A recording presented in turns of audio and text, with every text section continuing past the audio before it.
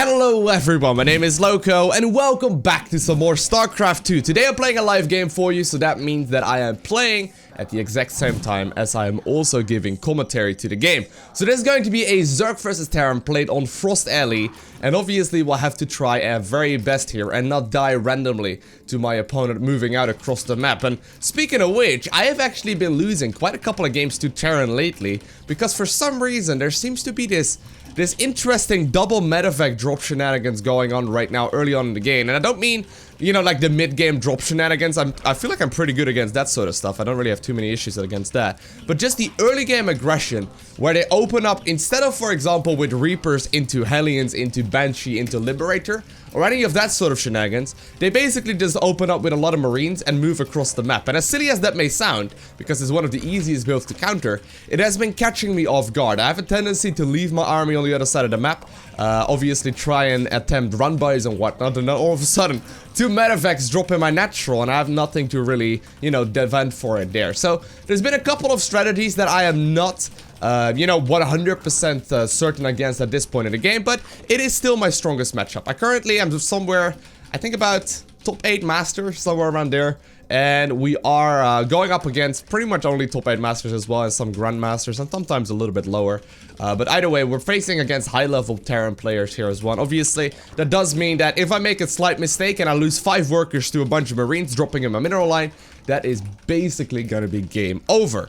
So obviously we need to make sure that we figure out the strategy that the Terran player is going for. Now we are on Frost, which is a 4-player map. So I will have to make sure that I at least, you know, get some scouting going on here at least early on into the game as well, so I can figure out what's up. I'm gonna pull 2 drones out of gas. Also gonna start up the Zerging speed here.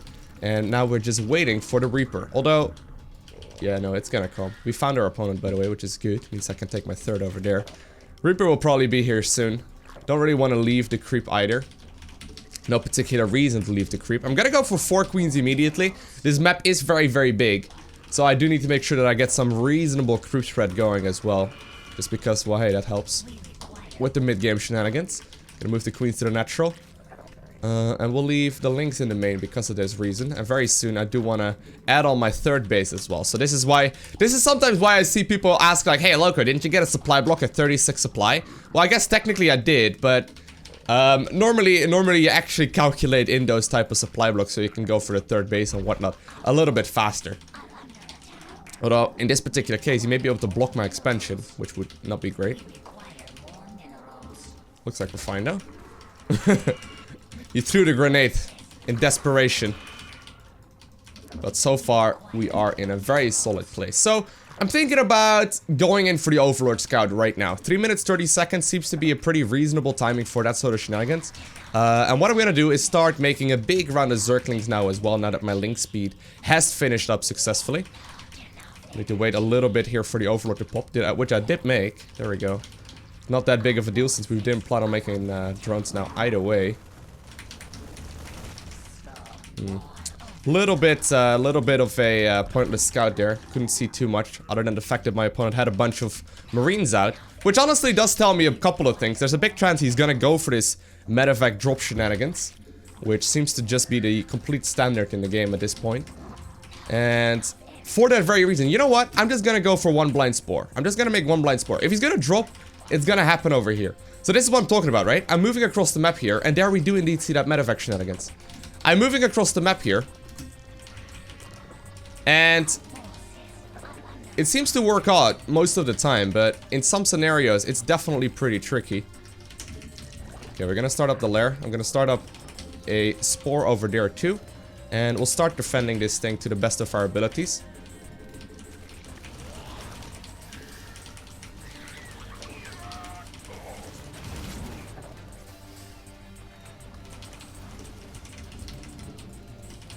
Okay, there's a widow mine there.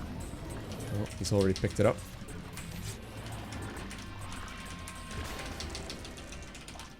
Gonna have to get some extra gases here.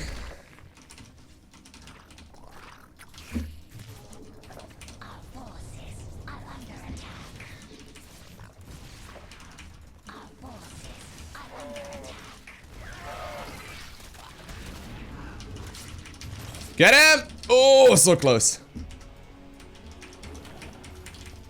Now, we did obviously pile up quite a couple of minerals there, so what I'm gonna do is just take a fort base here already. Which may seem a little bit on the early end, and it definitely is. But at the very least, it should give me, you know, some continuous spending, you know? You always want to make sure you keep your money as low as possible if you can at all have that happen. And I could make a macro hatchery, which is fine, but considering this is Legacy of the Void and we, you know, get a lot of stuff here early on anyway, we should be alright with making that third base, or that fourth base already. Worst case scenario is going to pressure my opponent into pushing and trying to cancel my fourth, which is fine. Okay. And we did manage, by the way, to easily, like, shut down that aggression. That's a big deal.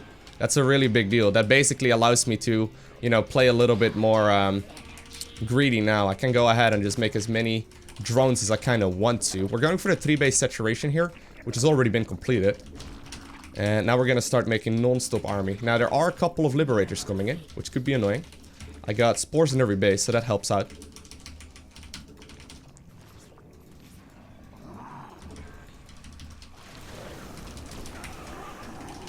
Sadly, don't have my Ravagers out yet, so this is going to be a little bit of lost mining time here.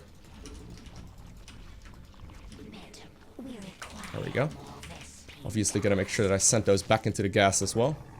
That's the main thing I've noticed of Liberators nowadays. Like, they have been reduced in strength slightly. They're mostly used at this point to just sort of be a pain. You can quite easily counter them if you manage to get some Corruptors out, for example, later on into the game. Keep on a creep threat. I've been lacking on that a little. We can definitely go for a push soon. Takes 3 Ravager shots, by the way, to kill a Liberator. Okay, that's one down.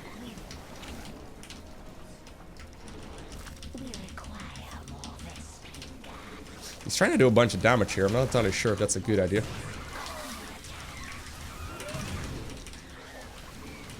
Okay.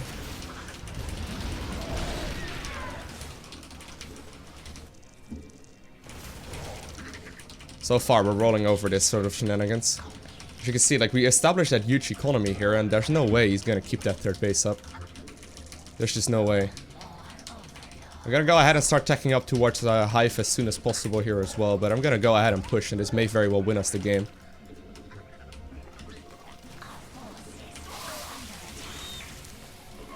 Yeah, shutting down the early game aggression gives you a huge advantage as far as strategy goes. I mean, it just basically shows you how much Terran has to invest into trying to do the early game pressure.